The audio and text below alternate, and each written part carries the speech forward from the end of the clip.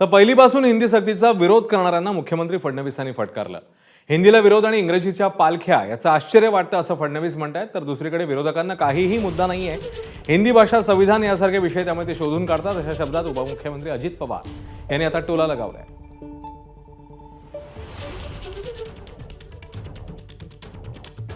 महाराष्ट्रामध्ये मराठी भाषा ही कंपल्सरी आहे, सर्वांना मराठी भाषा अनिवार्य आहे, मराठी भाषा शिकलीच पाहिजे।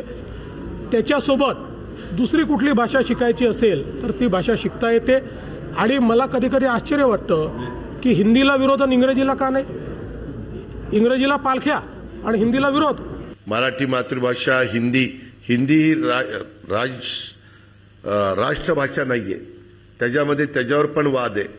जागतिक स्तरावर जास्तीत जास्त चालणारी भाषा इंग्रजी आहे।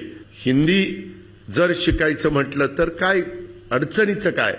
जसं तुम्ही संगणक आल्यानंतर मुलांना कॉम्प्युटरचं ज्ञान द्यायला सुरुवात केली का नाही समाजाने?